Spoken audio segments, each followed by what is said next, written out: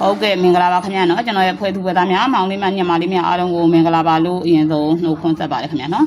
ကျွန်တော်ရဲ့ဖွဲ့သူဖွဲ့သားများမောင်လေးညမလေးများအားလုံးကိုမင်္ဂလာပါလို့အရင်ဆုံးနှုတ်ခွန်းဆက်ပါတယ်အဲ့တော့အကိုမလေးမောင်လေးညမလေးပြီးခဲ့တဲ့ပွဲရတော့အားလုံးဒီပွဲလုံးကိုပတ်တီးကနန်းအကုန်အောင်မြင်ခဲ့တယ်နော်ဒီပွဲမှာလည်းကျွန်တော်28ရက်4လ2025တင်းလာနေမနေ့ညသားမှာ9-3ညအချိန်နဲ့မမတို့နော်9-3ညအချိန်နဲ့ကျွန်တော်ခဏလေးတွေတင်ပေးထားတယ်ဒါတော့တင်းနာနေမနေ့ညမှာပါအောအနေနဲ့နော်ပထမ main အောအနေနဲ့ရတော့ကျွန်တော်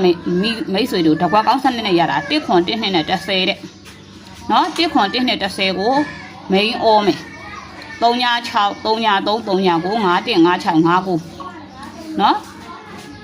393 396 396 51569အားပြီးထိုးမယ်နော်ဒီနေ့နေကုန်မှာကျွန်တော်ပတ်တီးမပေးသေးပါဘူးခင်ဗျမနက်ဖြန်ကျရင်စပြီးကျွန်တော်ပတ်တီးကိုပေးပါမယ်ကျွန်တော်ရဲ့မိတ်ဆွေတွေမောင်လေးညမလေးတွေနော်ဒီနေ့တင်းနာနေမှာတော့ကျွန်တော်ပတ်တီးမပေးသေးပါဘူးအင်္ဂါနေ့ကနေစပြီးပတ်တီးတစ်လုံးကိုပုံမှန်တင်ပေးပါမယ်ကျွန်တော်ရဲ့မိတ်ဆွေတွေကကျွန်တော်ကိုကြိုက်နှစ်သက်တယ်ဆိုရင် subscribe ဆိုတဲ့ခေါင်းလောင်းလေးကိုနှိပ်ထားပြီး like လက်မလေးပေးထားမယ် like လက်မအသေးလေးပေးထားမယ်နော်ဒါတော့အချက်ဆုံးလို့28ရက်4လ2025တနင်္လာနေ့မနေ့ညမှာတီတာမြန်တို့ YouTube channel ကနေပြီးတော့အကိုအမတွေကျွန်တော်ရဲ့မိတ်ဆွေများအားလုံးအတွက်တင်ပေးတာတော့1ခွန်1နှစ်30ကို main အောမယ်အားပြီးတော့ main အောမယ်1ခွန်1နှစ်30ကိုအားပြီး main အောမယ်နော်393 396 395 51569ဆိုတဲ့ခဏ6ကိုအားထိုးမယ်ကျွန်တော်ရဲ့မိတ်ဆွေ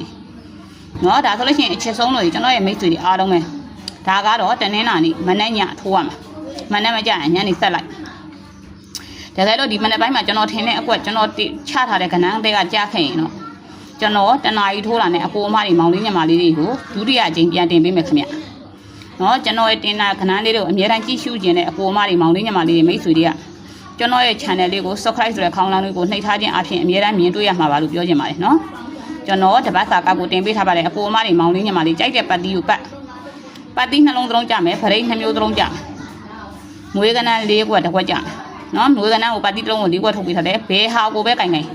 တစ်မျိုးကြကိုကြမယ်ပြီးခဲ့တဲ့ပွဲကကျွန်တော်အကိုမတွေမောင်လေးညမလေးတွေကို3ညပတ်တီး3ရှစ်ပရိတ်3ည8မိန်ရော3သီးစားနဲ့ကျွန်တော်